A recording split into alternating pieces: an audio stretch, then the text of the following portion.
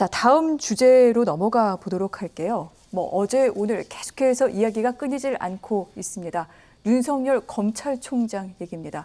어제 발표된 여론조사에서 차기 대선 주자 지지율 1위를 차지했는데 이와 관련된 이야기 정치권에서도 계속해서 후폭풍이 일고 있고요. 많은 분들이 지금 계속해서 얘기를 하고 있습니다. 다시 한번 이 여론조사 소개를 해드리도록 하겠습니다.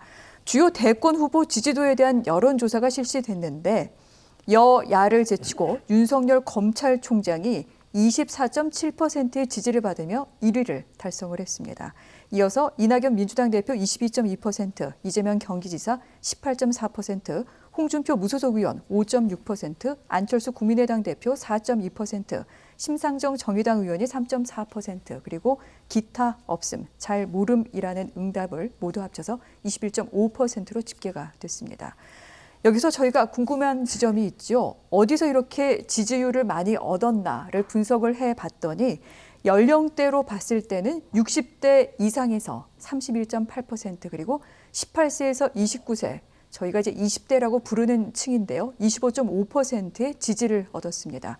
지역별로는 충청에서 가장 많은 지지를 받았습니다. 33.8%, 그리고 경북, 경남, 울산, 부산, 대구 이쪽에서 상당히 높은 지지를 받기도 했습니다. 30.4%의 지지를 얻었고요. 수도권에서도 뒤지지 않았다고 합니다. 정당 지지자별로는요. 국민의힘을 지지하는 층에서 62%, 그리고 무당층, 이 당을 정하지 않은 쪽에서 23.7%의 지지를 얻은 것으로 그렇게 분석이 됐습니다. 이 같은 여론조사는 한길 리서치에서 시행을 했고요. 지난 7일부터 9일 사이에 이루어졌습니다. 표본오차 플러스 마이너스 3.1%포인트의 95% 신뢰 수준입니다. 자, 저희가 어제보다 조금 더 자세한 내용을 전해드렸습니다. 연령대별, 지역별 어떻게 윤석열 총장이 지지를 얻었는지 말씀을 드렸는데 평론가님 어떻게 해석을 해야 됩니까? 이건 두 가지 배경이 있는 거죠. 네. 하나는 지금 우리 정치권을 바라보고 있는 국민의 시선은 여당과 야당의 싸움으로 보고 있는 겁니다. 근데 네. 여당과 야당의 싸움에서 야당은 인물이 안 보여요. 그 대신 지금 윤석열 총장이 싸우고 있다고 보고 있는 것이죠. 네. 이거는 국민의힘 입장에서는 비극이죠. 비극이고. 그 후보가 지금 5.6% 이럴 정도라고 얘기하면은 정말 이런 정당이 왜 있어야 되는지를 국민들이 한번 물어봐야 할 대목이고. 그래서 지금 여야의 싸움에서 야당의 대신 싸움 대장은 윤석열이다라고 하는 사실을 국민들이 알고 있는 거죠. 이른바 반문 진영의 가장 전면에서 싸우고 있는 장수다 이렇게 보고 있는 것이기 때문에 표가 모아지고 있는 것이고. 네. 두 번째는 그래도 검찰총장을 지지한다는 건 좀 그렇지 않느냐. 그래 그럼 다른 사람 찍어야 되지. 찍어줄 사람이 없어요 야당에. 오죽했으면 홍준표 의원이 5.6, 홍준표는 지금 국민의힘 아닙니다. 그렇죠. 무소속입니다. 네네. 오죽했으면 홍준표도 5.6이 가겠어요. 다른 인물이 없다는 얘기입니다. 없다 보니까 윤석열로 모아지고 있는 거예요. 그래서 이거는 그 두 가지가 만나서 네. 윤석열 총장이 24.7% 압도적이를 했는데 이거는 상당 부분 거품이고요. 반사 효과입니다. 네. 뭘 잘해서 올라간 것이 아니라 가만히 있어서 상대방이 때려주니까 맞으면서도 싸우다 나다 보니까 반문 진영의 상징적인 인물이 되어버린 겁니다. 그 효과에 힘입어서 1등 된 것이지 윤석열 개인의 어떤 네. 역량이라든지 또 어떤 계리단 기대치 이런 것 때문에 반영된 것은 아니다. 그래서 이거는 반사 효과로 인한 일시적인 현상이다 이렇게 보는 겁니다. 네. 야권 쪽에 마음을 둘 사람이 없어서 일시적으로 나타난 거품일 뿐이다라고 그렇게 평론가님께서 말씀을 하셨는데요. 이 부분 아마 이후 여론조사에서 어떻게 나타나는지를 또 보면은 좀 읽힐 수가 있을 것 같습니다. 교수님께는 이 질문을 좀 드리도록 하겠습니다. 연령대별로 60대뿐 아니라 20대에서도 지지율이 많았고요. 충청 또 수도권에서도 지지세가 있었습니다. 어떻게 읽어야 됩니까? 네, 일단 현재 문재인 정부에 대해서 반감을 가질 수밖에 없는 부동산 문제가 쟁점인 서울에서 사실 국민의힘 지지율이 민주당을 앞섰다 네. 이런 보도도 있었지 않습니까? 좀 그런 측면에서 보면 이해할 수 있는 측면이에요. 그리고 충청 대망론, 충청 출신에 대한 이런 선호도도 나올 수 있는 거고요. 네. 60대 이상, 이건 당연히 보수 쪽이니까 야당을 대변해주는 듯한 이런 윤 총장에 대해서 환호를 할 수밖에 없는 거고. 근데 이 모든 것들이 응축돼서 폭발될 수 있었던 거는 에이 설마 나오겠어? 그랬는데 진짜 나올 수 있겠네 하니까 야당 지지층 쏠림 현상이 분명히 나타난 겁니다. 네. 그러니까 뭐 사실은 그동안에 이제 뭐 안 나올 거라고 봤는데 나온 가능성을 얘기하니까 좀 국민의힘 당적이 한 명도 없잖아요.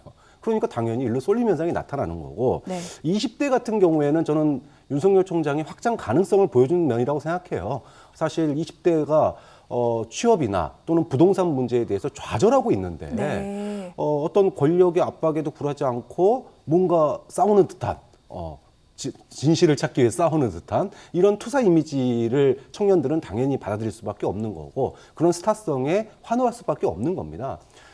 지난 2달 동안 모든 방송과 언론에 매일같이 가장 많이 등장한 사람이 윤석열이에요. 그렇게 본다면 네. 노출도와 화제성이 지지도에 특히나 이 국감에서 정치 참여 가능성을 언급하면서 일종의 쏠림 현상으로 나타났다. 근데 다만 문제는 이것이 언제까지 이어질 수 있느냐. 이게 문제인 거죠. 과거에도 20% 넘는 지지율을 보였던 사람들이 많이 있습니다. 안철수, 반기문, 고건 뭐 수두룩게 많았는데 그분들이 얼마나 오래 가느냐. 그 부분은 네. 결국은 개인이 정치하는 거 아니잖아요. 조직과 연계돼야 되는데 그 부분에 있어서 윤석열 총장이 과연 어떻게 할 수 있을까? 네. 여기엔 물음표가 있기 때문에 많은 사람들이 지금 삼파전이라고 하는 건 인정을 하는데 결국은 거품일 수도 있다라고 많은 사람들이 분석하는 이유가 네. 이 인기를 얼마나 유지할 수 있느냐. 이 부분이 관건인 거죠. 그렇군요. 자, 두 분 모두 이 부분은 어떻게 보면은 어떤 그 거품이라던가 지금 어떤 그 대선 주자로서의 가치를 평가하기보다는 인기 투표 차원인 것 같다라고 말씀을 하시는 것 같습니다. 여당, 야당 하지만 윤석열 검찰총장, 현직 검찰총장이 이렇게 뭐 이낙연, 이재명 2명까지 제치고서 1위를 차지한 데 대해서는 굉장히 좀 긴장하는 그런 추세가 역력한데 정말 궁금합니다. 이 부분 언제까지 이어지게 될까요? 유효 기간이 있을까요? 교수님 어떻습니까? 저는 추미애 대 윤석열 국면에서 이렇게 더 부상한 측면이 네. 있죠. 그렇기 때문에 이 정도의 이 국면이 좀 넘어가고 국면이 바뀌면은 저는 조금 조정이 있을 거라고 봐요. 당분간은 앞으로 한두 달 정도는 이 국면이 저는 유지될 수 있다고 봅니다. 다만 한 달 이상, 2달 이상, 특히나 이제 공수처가 정식으로 출범하게 되고 네. 공수처장이 소위 말해서 권력의 사정의 칼날을 들이민다 이랬을 때는 국면이 바뀔 수가 있어요. 만약에 난 이제 공수처 출범했으니까 추장관이 물러나고 네. 새로운 법무장관이 나오고 거기와 새로운 공수처장이 사정의 칼날을 휘두를 경우에는 국민의 관심과 언론의 관심이 다 글로 갈 수 있는 거거든요. 좀 그런 측면에서 이 돌풍의 유효 기간이 그렇게 길지는 않다. 다만 윤석열 총장이 앞으로 하기 나름이다. 그거는 아까도 말씀드렸지만 지지율을 유지하려면 네. 결국은 단일 이슈 가지고는 안 돼요. 조직이나 또는 다양한 이슈로 번져야 되는데 현직 검찰총장을 가지고 검찰개혁 외에 다른 이슈를 할 수 있는 게 뭐가 있습니까? 별로 없단 말이죠. 좀 그런 측면에서 보면 네. 윤석열 총장의 앞으로의 거취, 행보, 그다음에 어떤 조직과 연계할 거냐 이거에 따라서 지지율은 유지될 수도 있는 거고 조정은 거치더라도 아니면은 뭐 거품처럼 사라질 수도 있다. 그렇게 봅니다. 그렇군요.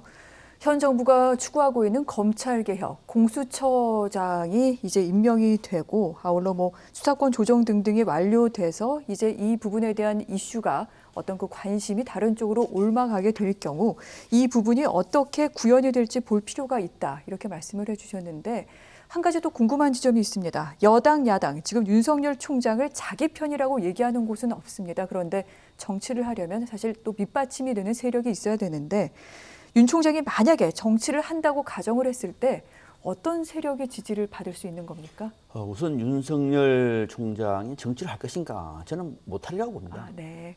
기본적으로 못하라고 봅니다. 왜 그러냐면 본인의 능력 이런 문제를 넘어서서요. 내년 7월에 임기를 마치면 바로 대선 정국에 뛰어들어야 됩니다. 예비 경선에. 검찰총장 임기를 마치고 검찰총장이 정치권에 뛰어든다고 얘기하면은 이건 세계적인 뉴스입니다. 대한민국 검찰은 이제는 정치 지도자를 만들어내는 조직이 돼버린 거예요. 네. 이거 우리나라 검사들 가만히 있을까요? 그렇게 검찰 중립을 위해서 목소리를 내던 그 검찰이 그 총장이 퇴임하고 난 다음에 대선에 뛰어들었는데 잘하셨습니다 이렇게 할 사람 없습니다. 또 하나 검찰은 뭐 그런 게 보통 가만히 있으니까 침묵하는 단체라고 하더라도 국민들이 수용할까요? 네. 우리 국민들은 바보가 아닙니다.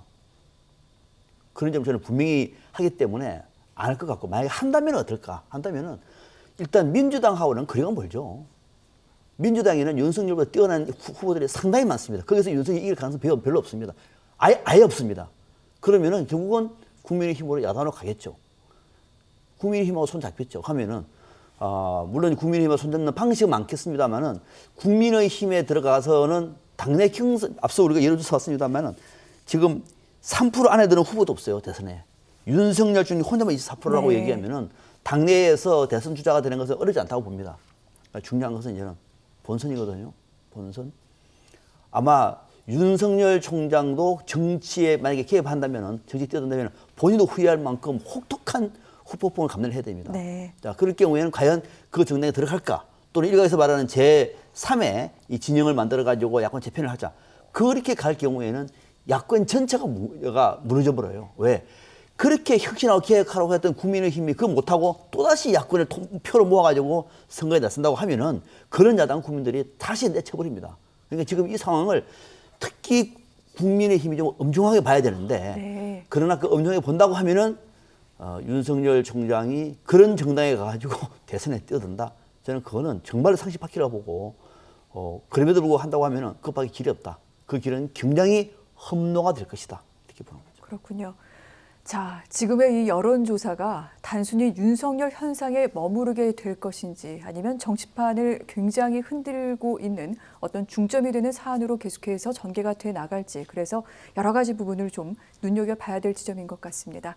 뉴스 오늘 계속해서 이 이슈는 계속해서 저희가 여러분들께 전해드리도록 하겠습니다. 두 분과는 여기서 말씀 마무리할게요. 고맙습니다.